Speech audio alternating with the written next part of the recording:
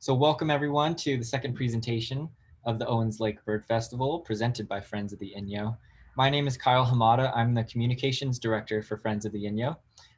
As I mentioned, you've been muted so that everyone can hear the presenter, can hear Martin tonight. But you're welcome to share your thoughts with us in the chat box. And again, we're gonna have a Q&A at the end of the event, so put your questions in the chat box as well. And we definitely miss gathering with everyone as a community in person, but it's nice to see so many familiar faces. And you know, while we're at it, go ahead and tell us where you're joining us from in the chat box. So I'll just say hi and feel free to respond and let us know where you're joining from, and we'll go ahead and get started. So a quick little run of show. First, I'm just going to give a quick introduction, and then I'm going to allow Martin to take over, and he's going to present all of his photos. And then we're going to take a quick break. You can use the restroom, get something to drink, things like that. And then we'll come right back, and I'll tell you just a little bit about Friends of the Inyo and the work that we do. And then finally, we'll close out with some questions and answers here with Martin, where you can ask your questions. So feel free to put those into the chat box, and I'm going to record them, and we'll get to them later in the event. And before we get started with the program, I want to take just a moment and acknowledge that these places in what we now call Owens Valley have been since time immemorial, and still very much are inhabited by the Paiute, Shoshone, and Timbisha peoples. Many of these lands are known by names recognizing people who never set foot here. These lands are called Payahunadu and Panawi by the Numu and Nu peoples, respectively. So in taking time for land acknowledgement, we recognize the original inhabitants of the Eastern Sierra, and we show our respect for the native peoples and surface the often suppressed colonial history of our country. So with that being said, for those of you who have been to the Eastern Sierra, I hope you found that it's an incredible place. And for those of you who maybe haven't visited yet, we hope you're able to do so very soon. Rest assured that we'll continue the Owens Lake Bird Festival with all the gatherings and festivities in person when it's safe to do so. But without further ado, we'll go ahead and get started with today's first presentation, Photographing Birds in Inyo County. So welcome, Martin. How are you doing? Very fine, Kyle. Thank you. It's always an honor to share my passion of all things outdoor. Mostly lately seems to be birds that I've been taking pictures of. I got into photography and specifically birding really deeply about 9 years ago. So what we will be looking at tonight is my journey throughout Inyo County and chasing the little feathery friends and getting as many good photos as I can. So I'm just going to get started, and Kyle will be firing a few questions at me as we work through this slideshow. And feel free to ask me questions along the way via the chat, and we'll do our best to address those. And of course, we'll have a Q&A a little bit later on. So here we go, everybody. So we all know our lovely Junco. This is taken up at Horseshoe Meadows, I believe last summer. And this is also Horseshoe Meadows, same day, lovely hairy woodpecker. Oh, I need to also say that I'm not a professional birder, or I even not even consider myself an amateur birder. So any misidentified birds, I take full credit for that. I do the very best I can. Like I said before, photography is my main thrust, and birding is something I'm slowly learning about. I will say you don't give yourself enough credit. We've gone through the program, and you know your stuff. But I will say, if anyone wants to add anything, please go ahead and discuss it in the chat box, and I'll bring attention in case there's something that we can share with everyone. So thanks, Kyle. And we all love the northern harrier. This was taken out on the Owens Lake. Of course, this feathery friend was doing some hunting, and keep an eye on me as I was taking the picture. This is also taken at the southern end of Owens Lake, pretty close to a natural spring called Dirty Socks. And we all love our egrets. A little further south on Cactus Flat Road. So that's maybe 6-7 miles south of Alancha, and then heading off into the east towards the China Lake Military Base. This is a red-tailed hawk on a cactus. Here we have Western Meadowlark. I believe this was taken at the sports complex in Lone Pine. I sometimes like birds, you know, with a little character. They look over their shoulder like a little coquettish, check me out. You know, I believe birds have personalities, and I have a tendency to anthropomorphize them, and it brings joy to me. So.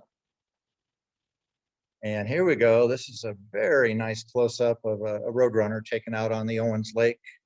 Until I got into photography of birds, I had no idea there was a pale blue coloration right behind the eye. And then later on, you'll see some different colors in roadrunners. And this close-up was taken from this picture. As you can see, we have the brackish water and the white dolomitic rock, which they use quite a bit out on the Owens Lake. This is a backyard bird, red-breasted sapsucker on my ash tree.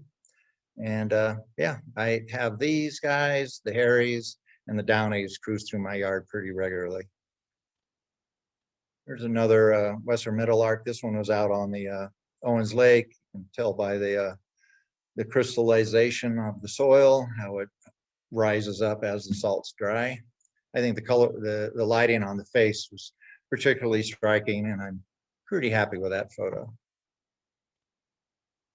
And here's some least sandpipers.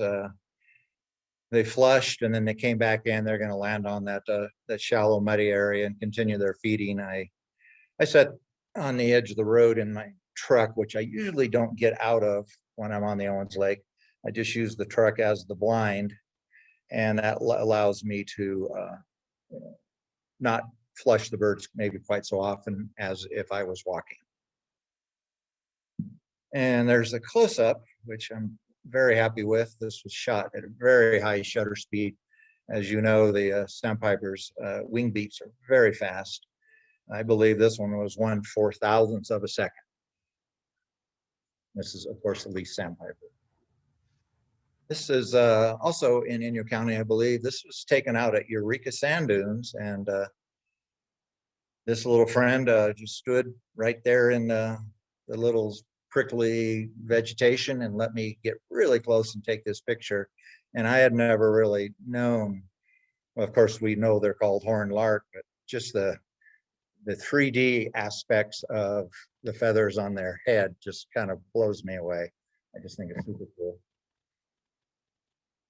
And this is Diaz Lake. This is a pair of great horned owls. They just let me walk within maybe 50 feet of them. This is on the backside of the lake, right where real close to where the DWP lets the water in to keep Diaz Lake open. Were you looking for them in the trees, or did you just did they catch your attention? Well, Kyle, all birders are looking in trees and looking on the ground every time we step outside of a vehicle or even in our vehicle. But yeah, my buddy Russell Cox, and some of you know him, he's a great birder and a field biologist by trade. He had called me and said, hey, there's some great horns on the backside, go take some pictures. So I often follow Russell around and take pictures of things that he's told me about, because he is an internationally accomplished birder. So. And yes, this is on the Owens Lake. This is the south end. This was 1 to 2 years ago, and I just really love the perfect lighting on the back of this bird as it's exercising its wings. And it's by far the best loon picture I've ever got in the Owens Valley. This one I call Splashdown. I occasionally give my photos names. As you can see, the second gull in the line had an interesting landing strategy, perhaps a little nose first.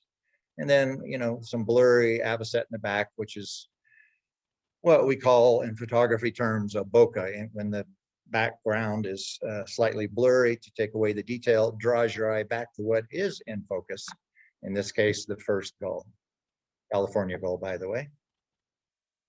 And 2019, I was doing a photography class for the Bird Festival, and 6 of us got really lucky on the east side of the lake, and we drove up within maybe 150 feet of this peregrine. And we all got out, and then we slowly took 10 steps, took pictures, 10 more steps, took pictures. And this is about as close as we got before the peregrine decided to fly away. And I got the impression this bird was a little bit wet because it kind of looked a little salt crystal-y. So he may have just finished hunting or unsuccessfully hunted on one of the cells or the levees. And anyway, so I really happy with the peregrine picture. And there's a little bit. About what distance were you from it? I was probably 100 feet. Wow. So actually, we have a question. I have a question from Kim here, and it kind of pertains to this. But can you talk a little bit about the equipment you use, maybe the focal lengths of the lenses that you would capture something like this from so far away? Okay, so my current camera is the Canon mirrorless R5. And I started using that back in November. And so it's an R5 45 megapixel mirrorless camera. I have the new 800 millimeter f11 prime, which is quite a bit of reach. But this picture here was taken with my previous camera system, which is the Canon crop sensor body 7D Mark II with the Sigma 150-600 contemporary lens.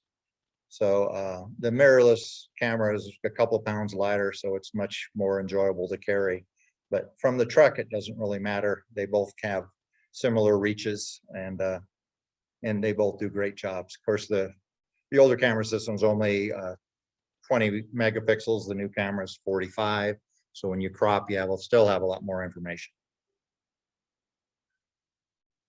Great, thanks. Right. So there's another horned lark. You can tell this is either a dry lake somewhere, but this is our Owens dry lake. As the clays start to dry, they crack. And this is Edwards Field. This is a lazuli bunting. This is behind Carl's Jr.'s in Lone Pine. If you're a birder, you're pretty familiar with. It's basically behind the county park on Main Street, on the north end of Main Street. And this is where we get a lot of our songbirds migrating through: grosbeaks, tanagers, several 5 or 6, maybe 4 or 5 species of flycatcher, and on and on. This is going back up into Horseshoe Meadows. This is a brown creeper. It's a little tiny bird, really super high pitched song, which I can barely hear now in my 60 years on the planet. My hearing's not quite what it was, but it's always loved to catch these guys as they're not super busy feeding, but this one stood still long enough for me to get a decent shot from about 50 feet away. And going out to Shoshone, although we do have phainopepla in Lone Pine and Edwards Field, this picture was shot out at Shoshone behind the crowbar. And this is the female phainopepla. As you probably all know, the male is solid black with red eyes. Here's our black phoebe. It's a backyard photo for me. It's a lovely monochromatic bird, but still a great photo. And back out to the Owens Lake, different tree, different year, but still a great photo of a great horned owl. Another backyard bird, we all know the California quail, and when you can pull all that detail, I really love it. And pretty happy with this photo. I've printed this multiple times for friends because everybody seems to really like this image. There's a greater yellowlegs out on the Owens Lake. I thought the rock added a little photographic interest to the photo, and pretty happy with that. Here we go. We got a California gull coming in for a landing with fully extended wings. Lighting is pretty good. Most everything is frozen. Pretty happy with that image. Is that the reflection of the lake in the background, or is that the sky? No, I'm up on a levee, so I'm looking down onto the water. Got it. And because the bird's still 3 feet off the deck, so to speak, everything in the background is blurred because this was shot with the 600 millimeters, so it has a little bit better bokeh, which is the black background blur, than the new lens. Because the new lens is f11, so there's not as much bokeh available. And here's some cute little least sandpipers. I think they're all giving me the cold shoulder, but I really like it when I can get close like this. This was taken, if you know Owens Lake at all, this is taken on T18 North, which is around the east side of the lake. And I was just out there yesterday with Mike Prather, and on that sill, there was probably between 500 and 1,000 sandpipers. And a few westerns thrown in for good measure. And I think we saw 4 semi-palmated plovers. And everybody recognized the ibis, the white-faced ibis. I just like them because they're just taking a break. They're not feeding right there. They're just enjoying the sun. This was Diaz Lake. We know the night herons, so you can really see how the lens just blurs everything out past the focal point. You can't really tell if it's sky or water. That's an artistic choice. Okay, here's 3 species. We have long-billed dowitcher, dunlin, and California gull. This is the north side of the lake about a year ago. White-faced ibis, just strutting his stuff. Took me a while to figure out how to get good photos of ibis. You have to catch them in the light, and for me, I have to underexpose it maybe 2/3 of a stop or even a whole stop, so you don't blow out any of the colors. And then you can kind of tweak it a little bit in some software if you choose to. I don't do much editing. I pretty much just crop, lighten, and darken, maybe a little vignette. And I know this is not a bird, but still very cute. So this is Owens Lake. His parents were probably half a mile away, and I saw them as I was driving. And then this little guy was, who knows what he was doing, what he was thinking, but still a very cute little friend. Very cute. White-faced ibis, they're all weather vaned into the wind. And this is T29. And right dead center, right up against the tules, there's a red-winged blackbird flying by. So, and these are the same batch in flight. They chose to fly away and turn around and go back right where they started from. But they're a really striking bird. I think they have a lot of interesting geometric patterns as they're flying, as do the avocet. Martin, can you go back to that last photo in the chats? Sure. We've got some folks saying black-necked stilts. Black-necked stilt. Remember. Yeah, I don't remember which one you said, but I trust. Did I just say stilt? Anyway, yes. I don't remember. Yeah. My apologies. Everyone, yeah, definitely black-necked stilt. No avocets in that picture. Thanks, everybody. Like you said, keep me honest. Yeah. This is I believe, a pine siskin. This is up in Horseshoe Meadows. Last summer, I just caught it with what we call it the God light. There's a little beam right there, right through the trees, lit that little bird up. So love it. And he posed for you too. Yeah. And up in the Sierras, Western Tanager. Everybody sees that's probably a yard bird for almost everybody in the Owens Valley. This is a underneath shot of a hermit thrush up at Horseshoe Meadows. And this is the second photo of the same bird.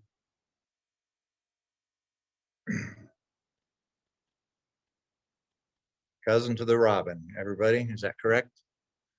It is a thrush. and very common warbler in the Owens Valley, and just started showing up recently. Yellow rump warbler, or if you're from Wisconsin, you call them butterbutts. So, which I think is pretty funny. Yeah. And we have a mountain bluebird with a little snack. Let's see if we can figure out what that is. Somebody on the call can, I'm sure, tell me what that is. Kind of looks like a moth to me.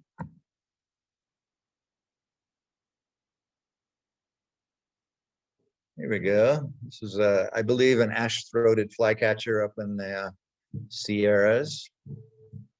And, those are kind of tricky for me. I want side pictures, back pictures, and chest pictures to help me figure out which flycatcher it is. But I had a little bit of help with this ID, and we narrowed it down to one or two, but we think it's the ash-throated. So. That's a great photo too, by the way. And I noticed it's kind of sitting in the shadows, so you had to expose for sort of the shadows, but it's kind of brighter in the background down on the left side of the tree. So yeah, I might have, if the bird was a little more to the center of the tree, I probably would have cropped out the background completely. Sure. But as it was right up against the edge, it would look funny for the bird to be on the right-hand side of the image. Yeah. No, it looks great. Just kind of don't do that. So. And this is out on the Owens Lake, right up next to the highway, just some osprey taking a break between a hunting route routine. And this is, I think, from my first year, I helped with photography tours on the Owens Lake. And I call this old married couple. I think it's pretty cool. And we got to love the California gulls. They're very expressive. I think I said to you that this should be like a caption contest in the newspaper. It'd do well. Yeah, that would be fun. Here we go. We got some white-faced ibis on T36, just flying around. And again, capturing them and freezing them and getting the exposure right. This is a bit of a challenge. Here we go, some non-breeding plumage, redneck phalarope. And they just showed up. I just saw my first phalarope down at the south end of the lake, T2.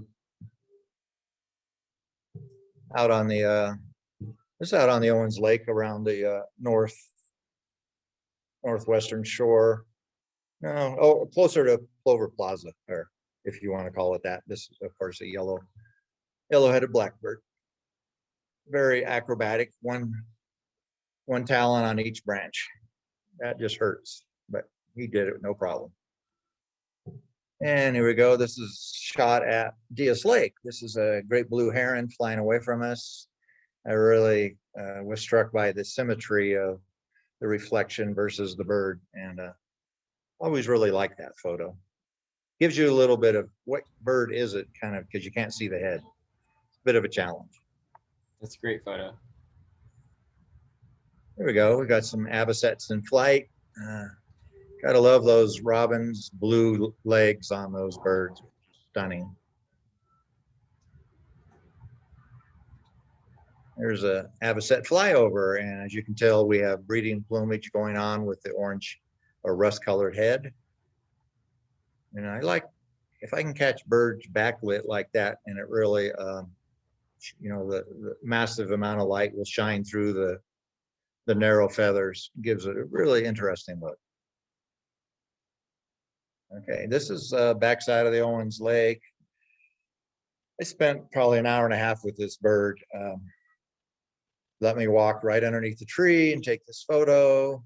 And I shot some other ones. Then I walked away and sat down for 45 minutes and waited for the bird to flush. And I have pictures later in the show for that. And here, this photo is, of course, a Bill's sparrow. This is down at Dirty Socks. It looks like I used a flash, but it's just super right at sunrise. And the lighting is almost perfect. Well, I will say as good as I can get. And I included this because this was my first Ross's goose sighting on the Owens Lake. It's hanging out with two ruddy ducks. This is over on the southeastern edge. You all know the loggerhead shrike. This is also out on the Owens Lake. And I really like that the talons are wrapped all the way around that branch so they come back around like 270 degrees. And there's that lovely hook on the end of the bill. They're a very fierce little hunter. There's another example of that great bokeh where the background is completely blurred out, and it really makes the subject pop. Here we go. Here we go. I think this is a Franklin's gull, and Mike Kraler and I just saw one yesterday also out on the Owens. Catching them in flight is always fun. That's great. This is a Diaz Lake. This is of course a great egret, and he has some sashimi for lunch. And I didn't shoot any other pictures of this bird, but I watched it throw the fish up in the air 4 or 5 times until it got the fish oriented, mouth down, and then of course at that point the swallowing happens.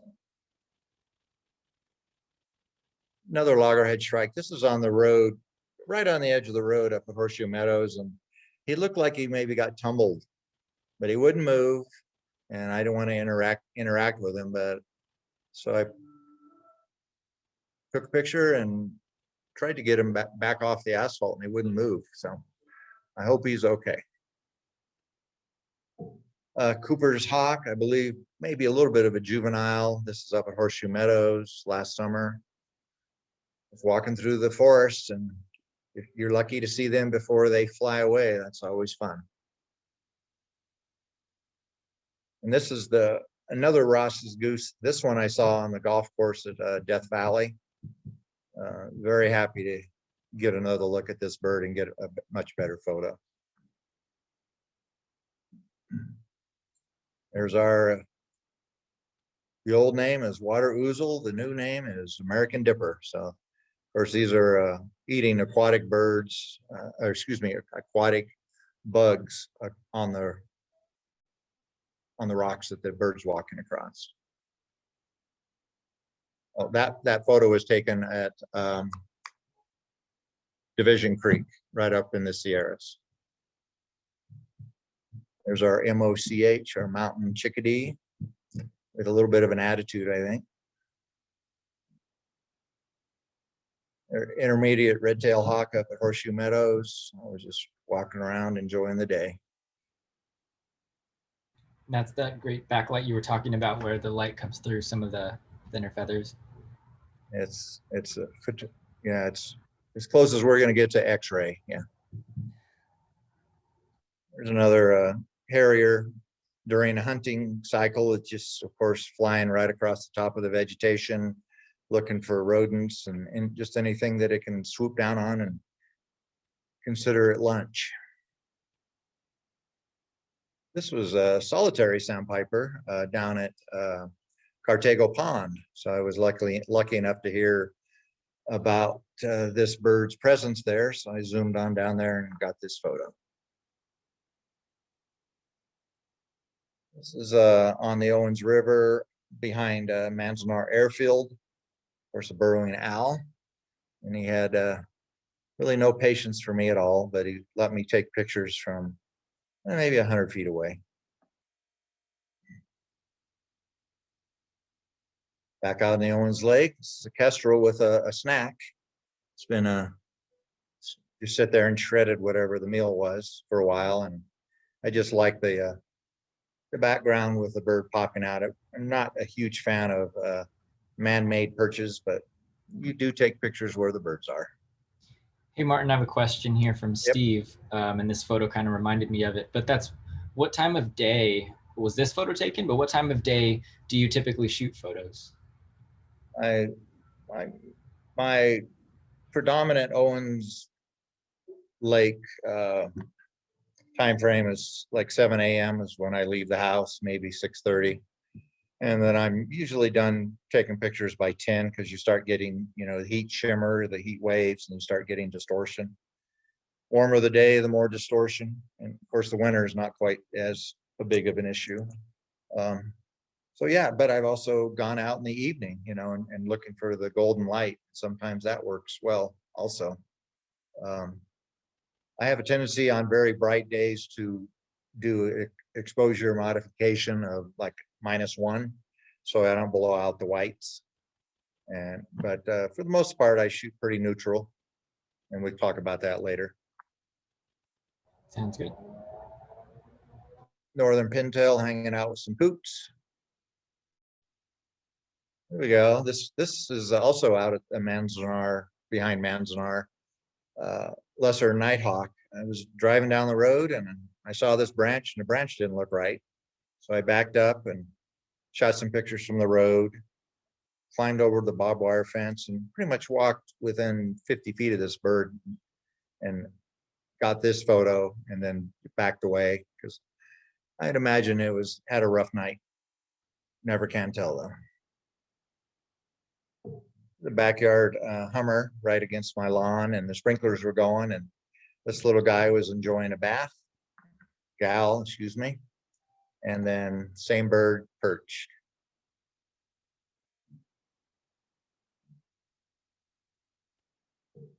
Here we go. So this is intermediate red-tailed hawks. Took me a second to figure out that they weren't a different species. And this is out on the Darwin turnoff on the road to Death Valley. Here we go. There's a story behind this photo. Of course, a juvenile bald eagle. And I came upon this at T36, maybe late last winter. And bird was sitting still. I drove within maybe 100 yards, got out, shot some photos. Half that distance, stayed in the truck. The bird launched. Then I got out of the truck because he was flying. And this bird orbited one of the cells and came in for a landing run or a hunting run and hit a flock of ruddy ducks. Didn't have anything on that first pass. Came back through. By then the ducks have dispersed. He hit a single again, but it dove away. He missed it. Third time he did a flyby, probably for stress value. And then the fourth time around, the bird picked up the ruddy duck, which I have a picture of later. So this is up southeastern Bishop on one of the canals. It's a female belted kingfisher. Great standout, just a little bit of a branch there to stand on, and great blur in the background. Cooper's hawk, also in the same area, on mid-launch. It's always kind of fun. And back to Diaz Lake. This is right by the boat launch area. This is our little Sora. Back up to Bishop, red-tailed hawk on mid-launch.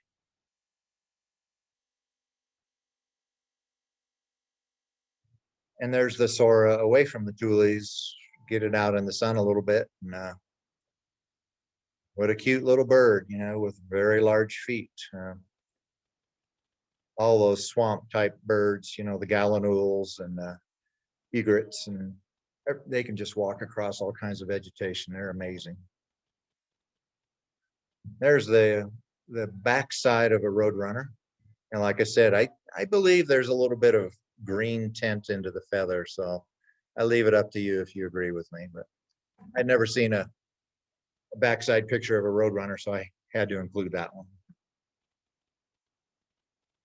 There we go. Osprey with the backlight, Kyle, like we were talking about.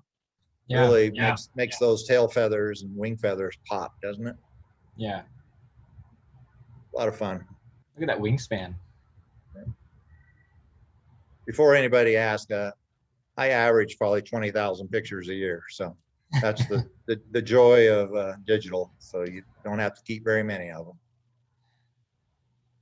Okay, now we're back to the juvenile bald eagle on its missed pass. And then he's coming in for his final run. Boom, ruddy duck for lunch.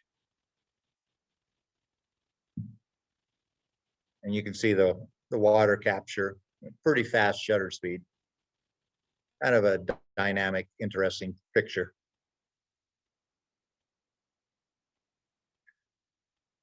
And gotta love these shiny, iridescent headed ducks, you know, the mallards, and this one is the northern shoveler.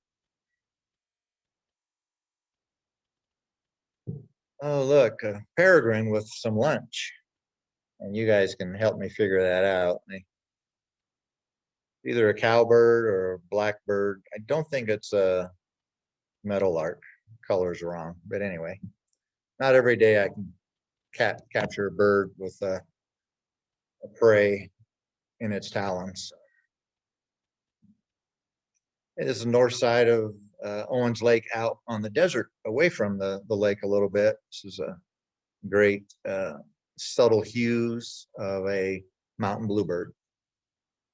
I think it's pretty good definition. It's a great photo. It'd be a great print to have on your wall. Yeah, it's a pretty one. There we go. We all love the killdeer with their very large eyes and their distinctive coloration. And this one's standing on the salt crystals, which for me made it kind of an interesting photo. It's slightly overexposed, I can tell by the, there's still some detail in the rump feathers. There's another look at that eagle out at Diaz Lake with giving me the evil eye. So there's some nice detail of the eye and the base of the bill, or the beak. There we go. Gray flycatcher, I've been told, and I tend to agree. There we go. So the eagle that we just saw that was looking down at me, he was looking down from this tree. And like I said, I backed away probably to about 50 yards, thinking that when he opened the wings, I might be able to capture all of it. So this is not a cropped image. This is the actual full frame image. So I almost didn't capture this bird inside the frame. I have to learn, you know, what these cameras do and how to do them. So I'm very happy with this capture, and I believe the next photo's a different wing beat. That one turned out really nice also. Little tiny crop of the top wing. And the same day, I was really enjoying the mountain bluebirds flying around and, you know, grabbing ants and grasshoppers, whatever they were feeding, right on the the west side of Diaz Lake. And this is a heavily edited version, just so you can see if you don't do anything, it's really good. But if you take the time to, you know, dive into the software and move some of the sliders left and right, this is what you get. So we'll take a closer look at this photo. Pretty good. And also the same day, Kestrel just minding its own business, trying not to look at me. Of course, I was looking right at the Kestrel. Different day, a little bit different lighting, possibly the same bird. This one I like a lot better. It's great lighting, great coloration, real smooth, without, I don't think it's pinpoint accuracy, but it's pretty good. There we go. Again, Russell Cox called me and said, hey, get out to the visitor center in Lone Pine. And this is a rough-legged hawk. So it's definitely not a dominant species we see here in the valley. So I was very happy to be able to get a nice photo of it for ID and just to add to this slideshow. Here we go, some greater yellow legs. And I believe they're all graders. I'm still learning how to tell greater and lesser apart. Mike Prather was giving me a class yesterday on it. We believe we saw one. Still a lot of fun. And this is, believe it or not, this is natural light. Last year when we had all the smoke in the valley, and this was that subdued smoky lighting that we had. And for me, that just kind of make this a really special photo because it's really unusual. And everybody loves avocets anyway. I think they're just the cutest things. So. There we go. We have two peregrines, and what a crazy set of feet these guys have, huh? I think if they get a hold of you, you might not get away. Also on the Owens Lake. Here we go. This is a couple months ago, maybe 2 months ago, out by Sulphate Springs, which is a part of the Owens Lake. These are snow geese in mid-launch. I think this is probably 3200th of a second. Here's two yellow legs perched on some of that lovely soda ash salt crystal. There we go. Killdeer just posing for me and did a great job. Oops, sorry. Here's another killdeer, not that one, but I sent this photo to several friends and nobody could give me an answer. Maybe somebody on the call or the Zoom will. I've never seen a killdeer with this kind of damage and the crown of its head. So if somebody wants to weigh in on that, I'm very interested to hear what you think. I thought maybe there was a little schoolyard fight, could be a disease. I don't really know. Anybody weighing in on that one, Kyle? No, not yet. Okay, all right, we'll move on then. Here we go, very common bird, but still cute. I have this predilection of, I like birds that have, when they kick their tail feathers up, I think it's cute. I don't know why. I've never worn a tuxedo, you know, with the flaps in the back, but I think it's kind of fun. We'll fact check that later. Yeah. Well, there's a close-up of a lovely duck. Here we go. This is a sage flat south of Olancha. I had heard it's a good place for thrashers and cactus wren. So I went down there specifically to catch both of those. And so here's our lovely cactus wren photo. And then I believe the next photo is the California thrasher. And yes, they live up to their name. They do thrash their prey to kill it.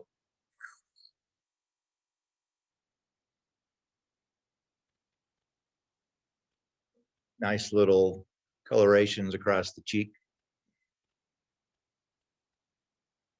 Well, this is 3 species of duck. We all know bufflehead. We've got cinnamon teal and green-winged teal. Yeah. Photographers call that trifecta, when you catch 3 or more species in one photo. It's kind of fun. And a canvasback. There we go. Here's some buffleheads flying into the wind on a very windy day. You can tell by the wave action on the pond. They're pretty good. This is an overexposed photo. Can't fix that in post-production. So. Back to Bishop, pied-billed grebe.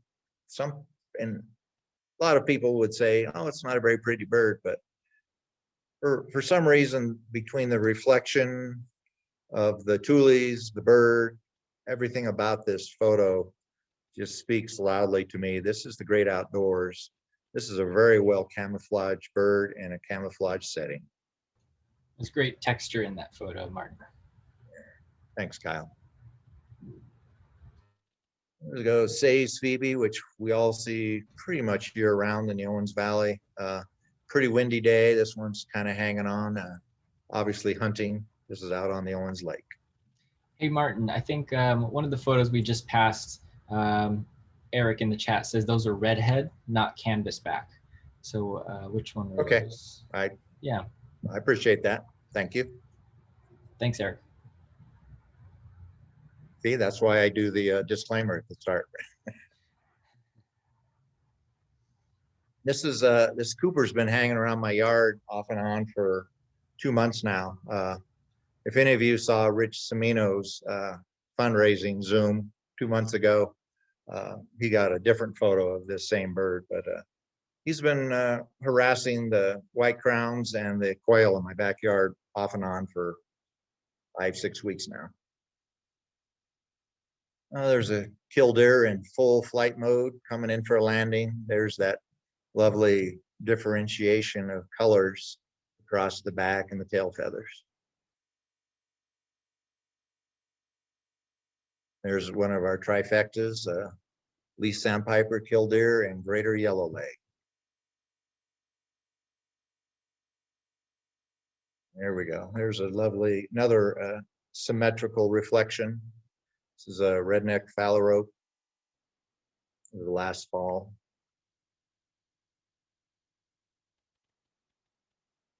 There we go. An avocet flying right at me, or almost right at me, and I was in the right place at the right time for this one. I can still see the water drops on the back of the bird, so it's left. And some phalaropes coming in for a landing. Different view. The last nighthawk picture, or lesser nighthawk picture, was behind Manzanar. This one was actually out on the Owens Lake before they started filling up all the cells. So this was on T29, and this bird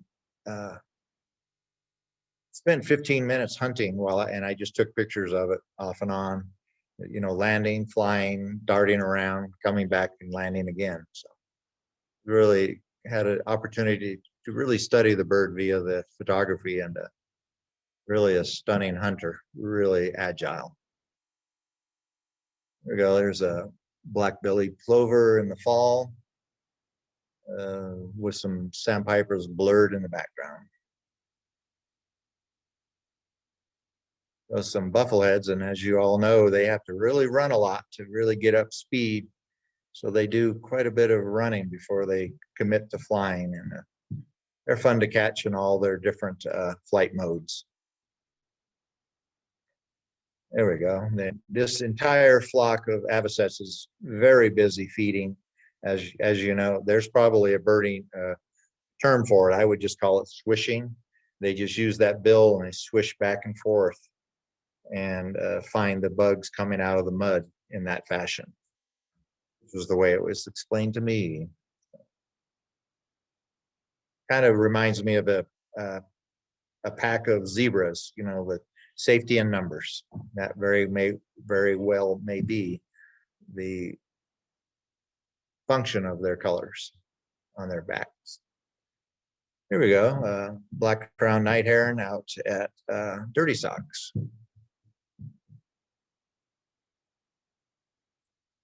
Greater yellow leg close up.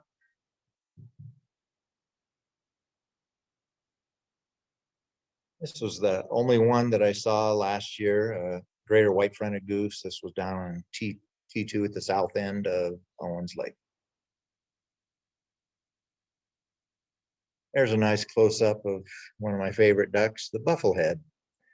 Notice when you catch the light right, just like with the ibis and the mallards and the shovelers, you get that rainbow effect, that iridescence in the black feathers.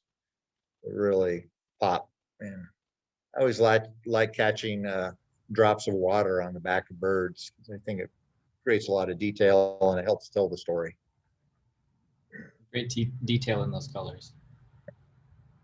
Great egret out on the Owens, just another subdued lighting, nothing super special, just everything about photography tickles me, and I could probably talk for 3 hours about these photos, but we'll keep it simple. Burrowing owl on the Owens Lake. So this was P29, so it's close to the Plover Plaza. Here we go. There's some least sandpipers coming in.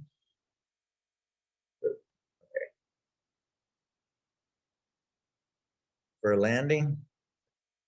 So this is this new file format I'm still figuring out. So I apologize that the image just shifted from great lighting to maybe a little overexposed.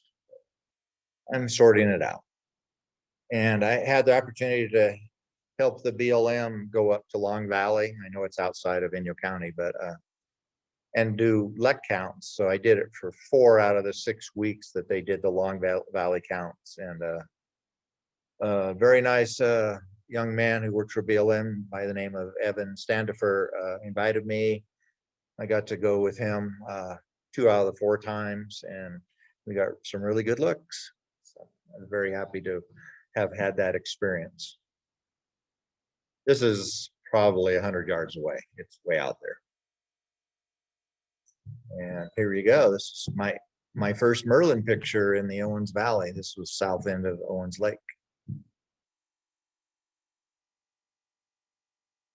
Another few males out on the lek in Long Valley. This one was actually not too bad of a photo. Some detail there, not too far away. And one of the sage grouse in flight.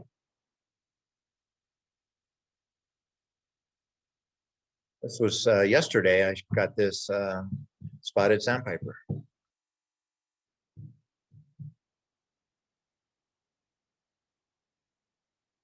What do you guys think? Peregrine? I think it's a peregrine.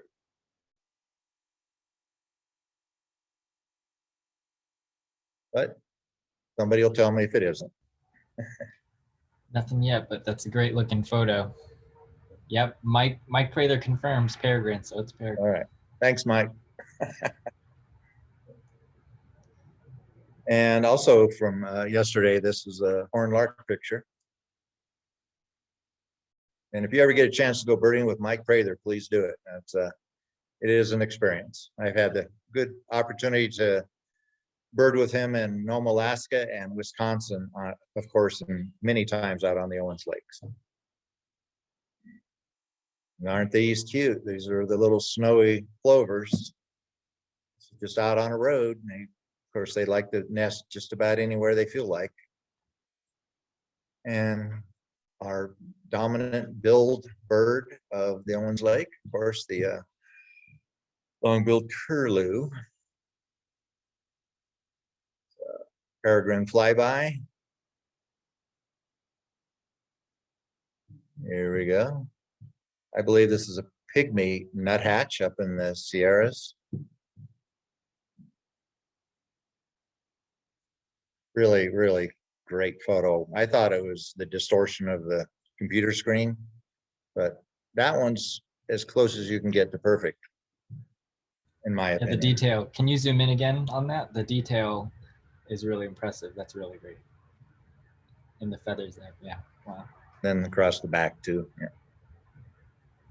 Yeah, I'm pretty happy with that photo. And probably my favorite kestrel picture. This is also out at Shoshone, Picopa, might be China Ranch. Anyway, we all know what a kestrel looks like. This was shot from the highway down by Little Lake Duck Club.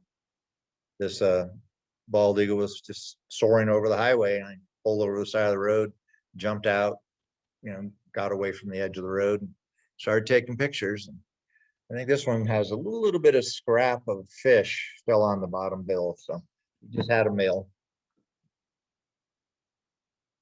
And you can never not like, a whole batch of babies cruising with mom. Orange crown warbler, also a very common bird for us. Pretty good photo, I believe. Not great. Yeah. White-faced ibis amongst the grass out on the Owens Lake. Have a nice photo. There's our Phainopepla male with the red eye. This was behind the crowbar last year at Shoshone.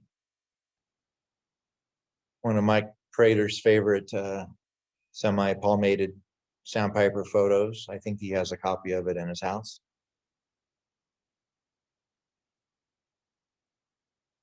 Warbling vireo at Horseshoe Meadows. Hey, Martin, that last photo really quick. Mike said Western Sandpiper. Western sandpiper. All right. He would know. And he was just schooling me about the difference between sandpipers yesterday. So that's 2 mis-ID'd birds for out of 145 so far. That's not too bad a number. Warbling vireo, Horseshoe Meadows. That's it, folks. You have seen 140 plus of my photos. Thank you for indulging me in my passion. And Kyle, you want to send us off on a break? Yeah, that was great. Thank you so much, Martin. You know, you and I, we were talking right before we started, and the opportunities for, you know, going virtual. It's nice to be there in person, but going virtual, we can do things like this and show a lot of great images. So thank you so much, Martin. Really excited to have you. We appreciate it. Thanks. Thank you, everyone. Oh, and by the way, Martin, lots of thank yous and beautiful, beautiful photos coming in the chat. So thank you very much. And so yeah, folks, we're going to take a quick 5-minute break. It's actually 6 o'clock exactly right now. Let's just go ahead and take 5 minutes. You can grab a snack, grab a drink. We'll come back. And then from there, we'll get into some of the questions that you've asked, Q&A with Martin. In the meantime, please feel free to type your questions in the chat box if you think of any. And otherwise, we'll come back. I'll tell you just a little bit about Friends of the Inyo and the work that we're doing this year in 2021. And then we'll get into the Q&A, and that'll be it for this event. So go ahead. Yeah, you know what, we'll give it just a few minutes. So by 6:05, we'll get started again. In the meantime, you're welcome to hang out in the meeting room, and we can chat with each other and see what everyone's up to. With that, we will go ahead and take a quick break. Thank you, everyone. Martin, did you say you were out on the lake yesterday? Yeah, I wanted to kind of acknowledge that this was our Bird Festival weekend. So Mike and I went out on the lake to celebrate Bird Festival weekend without, you know, the crowd or the. Oh, well, nice. Yeah. We had a good time. I think we had like 22 species. Wow. 3 species of plover. So semi-palmated, black-bellied. And the blank on the third one. That's great. Awesome.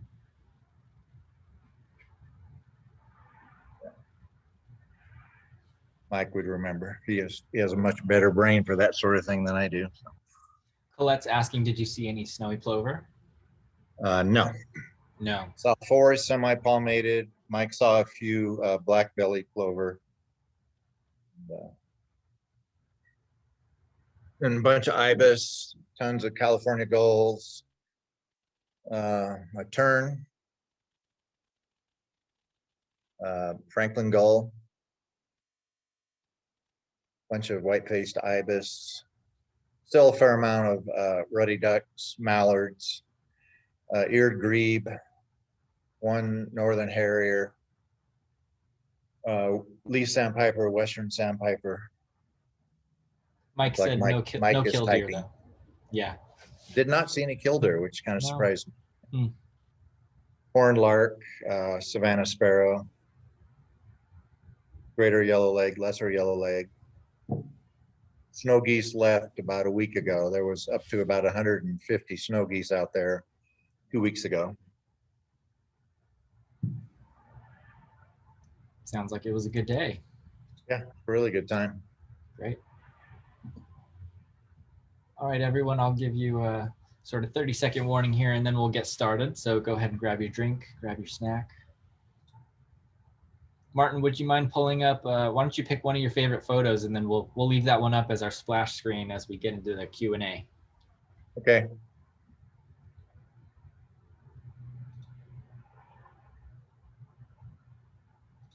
Awesome. All right, it's 6:05.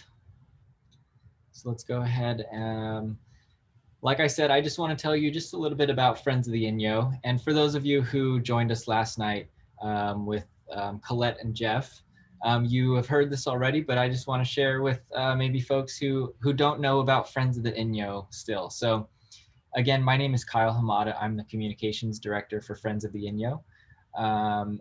Friends of the Inyo is a nonprofit based in Bishop, California, and our mission is to protect and care for the public lands of the Eastern Sierra. And we do that through a few programs, and that's education, where we take kids out and we take folks from the public out and we teach them about why these places are important and deserve to be protected. We also engage in advocacy, where we participate in proposals for development, appropriate and inappropriate, and make sure that the needs of the land are spoken for. And finally, we do that through stewardship, and that means picking up trash, repairing trails, teaching leave no trace principles, things like that. And this year in 2021, we're continuing our Trail Ambassador program, and we're working hard to combat the challenges of increased concentration of visitors caused by the pandemic. And for those of you who maybe live or visit Owens Valley and Inyo and Mono County often, you probably have seen this and you know maybe what we're talking about. So we'll be picking up litter. Like I said, we're repairing trails. We're out there talking to folks and teaching leave no trace principles. And we're making sure that these places that you love stay clean and beautiful. And 100% of the proceeds from the Owens Lake Bird Festival are going towards funding our programs this year. So by attending tonight and this weekend, you are supporting us. So thank you. So from all of us from Friends of the Inyo, we thank you and we're grateful for your support. And if you feel inclined to donate further online, you can do that. And I'll be sharing a link in just a moment where you can donate online. But I won't take up too much of your time telling you any more about Friends of the Inyo. Without further ado, we'll get started with the Q&A. So we got lots of questions during your presentation, Martin, which I thought we had some great questions come in that I had to ask during the presentation, but we've got a few more here. And just as a reminder to everyone, if you have a question that you want to ask, please put it in the chat box. We'd love to hear, and we'll be sure to ask Martin. And before I forget, here is the link to make a donation online. There is a donate button at the top of the screen where you sign the sign up form for this event, the Owens Lake Bird Festival, and you can make a donation there. All right, so Martin, are you ready for the first question here? Fire away. All right, so Kim asks, I assume that you would mainly shoot on burst mode. Is that correct? Or are all of these photos individually shot? No, always burst mode. With the 7D, you can set it for 10 frames a second or 7. I usually shoot at 7 frames a second. With the R5, you can shoot electronically at 20, which I don't use. I use the mechanical shutter, and you can do 12 frames a second or 6. I think 6 is plenty. I have yet to feel the need for a faster burst than that. Yeah. Great. All right. Let's see. We've got another question here. Janie asks, so how fast was the shutter speed on some of those eagle captures? You have a lot of great photos of capturing birds in mid-flight. Can you tell us about your settings? The eagles were probably shot at 500th of a second. I can actually get into that. Maybe I can see all the photos here. Not that one. Anyway, yeah, my go-to shutter speed in between shots when I'm driving is I always move my shutter speed back to 1,000th of a second. And so when I pull up on something, I will shoot at 1,000th of a second, and then I'll assess, is the bird standing still? And I might even slow it down more so I can get a lower ISO number. Because you normally shoot at auto ISO, and I select the shutter speed and the f-stop. But with the Canon R5, it's a fixed lens at f11, so I don't do anything to that. I can't change that. And so all I can do is change the shutter speed to help drag the ISO, which is the light sensitivity, down to a lower number. On a bright and shiny day, on, you know, like I was saying with the sandpipers, I try to shoot them at 3200th or 1/4000th of a second. Because if you really want to capture one of those little birds, you got to really crank up the shutter speed. Did I answer your question? Yeah, I think that answered the question. Follow-up question: as you moved from your previous camera, which was the 7D Mark II, Right. over to the mirrorless R5, right? Did that change your maximum shutter speed? Like, you know, did it go from like 4,000 to 8,000, or are you still? No, I've never shot faster than 1/4000th of a second. The only time I would even consider doing that is if I had set up a strobe situation and I wanted to completely freeze hummingbirds, because that's where Oh yeah, that's where you start with hummingbirds in flight, is 1/4000th of a second. I don't have a strobe set up, and I've seen professional photographers set up these elaborate roost, and you know, this looks like a studio outdoors, and yeah. they're triggering the lights and their camera at the same time to get these amazing frozen in space hummingbird pictures. I'm not so much into orchestrating that much. I'm more of an outdoor, what comes is what I'm going to deal with. So Yeah, both impressive, but sounds like a very different sort of approach. All right. Another question here. What's more exciting to you, catching a great shot or sighting a new species? And then follow-up question, how many species have you photographed in Owens Valley? uh, for me, because I'm a photographer first, capturing that great shot, and I will, you know, I've been out on the Owens and shot 1,000 pictures in one day because I was just having a really good time. Um, of course, everybody is excited to add to their bird list, and so when I get a chance to do that, that's always a lot of fun.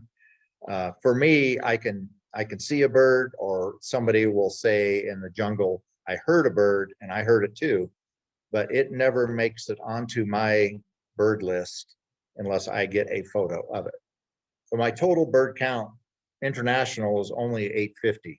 Like I said, I can go to a tropical location with a group of people. They'll ID over 300 birds. I'll only get photos of maybe 150, because, you know, birds fly around and they move, and sometimes they're in a canopy. I never see them. Everybody with binoculars can find them. I can't find them in the camera fast enough to get the picture. Is there one more part of that question that I did not address? I forgot. No, I think that was about it. Well, the second part was how many species have you photographed in Owens Valley? I have no idea. I'm gonna say at the most 150, probably less. Well, that's still a great number. That's awesome. All right. Another question. Do you have specific trips, sorry, do you have specific trips you make, or do you just drive around until you see something? And then follow up, how long do you spend on an average day to get a good shot? If I'm going to go to the Owens Valley by myself, like I say, I'll start at 7. I'll go down to Boulder Creek, and I'll take the entrance road from the north and drop into the basically the northwest corner of the Owens Lake T36 area. Cycle through that once or twice, and if it's hot, I'll stay. If the birds are sitting still and I'm kind of feeling like I'm just going to enjoy gulls in flight and avocets, you know, marching through the mud flats, I might stay there for an hour and a half. And then I'll drive across the river, go over to the extreme north edge of the Owens Lake, and T30, T29, 28, 27, all the way down to Sulphate, just hit all of that. And it might be a 3 to 5 hour day. And I'll do that, I would say, up until about 2 weeks ago, I was doing that 3 times a week Wow. for the last several months. Just because I was getting too used to the new camera, and I wanted to make sure I knew how everything worked. And the controls are a tiny bit different, but for the most part the same. Still haven't got everything set the way I like it, but pretty close. Now, if I'm going to walk through Edwards Field and look for smaller birds, you can walk that whole thing in an hour and a half, nice and slow, methodical. You're looking up in all the willow trees, the locust trees, and following the creek up through the field, and then walking out towards the grazing side, which is in between Lone Pine and the housing tract of Pangbourne. So that's kind of what I would do there. If I'm at Shoshone, I'll get up early and go to China Ranch first, and then I might go to Shoshone after I get back and walk through the pupfish pond area, pick up some verdin and some other, desert birds, and then maybe walk behind the crowbar and look for some whatever's out there. So, and I've also birded ash meadows out just north of there. Anyway, that's all I have for that. Yeah, sounds like you can make a day of it, or you can keep it simple if you need to. Yep. Great. All right. Let's see. So quick time check. It's 6:16. We still have plenty of time left, but we don't have too many more questions left. We'll get to the last questions, but as a reminder, if you have any more questions, please enter them in the chat, and we'll be sure to get to them. All right. Martin, here's a fun question. Where are some of your favorite places to bird? And then I'll make this more specific. How about give me, maybe a few favorite places in Inyo County, and then just a few places that you've been. Well, the previous answer was Inyo County. Like I said, Owens Lake, Diaz Lake, Edwards Field. I like driving out along the river if I can, get out that way and see what's out there. Internationally, I think my favorite so far, I really enjoyed being in Thailand with Russell Cox for 3 weeks. But if I was going to go solo without a guide, I would go back to Panama. I kind of had a sense that I know my way around there, close to the Panama Canal. You can just walk around and see tons of birds there, or go to one of the Canopy Lodge settings, and they'll take really good care of you. Awesome. And then 2 more questions. First, how did you get into photography, and specifically wildlife photography? I was a yearbook photographer in high school, so I'd kind of been exposed to photography for a long time. Yeah. And then about 9.5 years ago, I was at a family gathering, and everybody wanted to have a contest of, well, let's do this for a year, and then we'll meet up again and see who did the best, right? And so the movie The Big Year had just come out not too long before that. And so it was agreed upon we would do a big year amongst the family. At that point, I already had a Nikon lens, or Nikon D300, I believe, which is crop sensor. And so I came home and bought a 400 millimeter prime for that, and I started birding. And then I migrated to the Sigma 150 500, and then I got the D300. Maybe I have the other way around, D700 Nikon. And then maybe 5 years ago, I switched back over to Canon. So we met up a year later, and most of them kind of forgot about it. The one friend in Kansas, he had 28 birds in his backyard, and I kind of with chagrin, I said, I have 208. So that might be my Owens Valley and Southern California, because at that point I had gone down to LA to like Bolsa Chica, and down to San Diego to the Tijuana estuary, and inland to Santee. So I'd been to a few places. So there's my answer for that, Kyle. Wow, that's great. Almost on accident, you kind of just picked it up as part of this challenge with your family. That's cool. All right, and last question here. Are there any birds on your bird list that you'd love to see but haven't still? Well, I would love to, let me think. No, not specifically, because for me, it's quality of image. I mean, I could stay in the Owens Valley the rest of my life and not see all the birds that are here. Sure. possibility of seeing every single species that's been reported, it takes a while to do that. And it takes a lot of Yeah. diligence.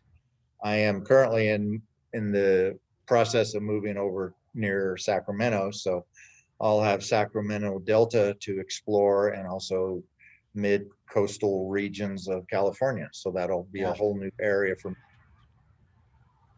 New opportunities. I'm excited to see the photos that you capture over there. So we'll have to have some more follow-up events like this where you can share those with us.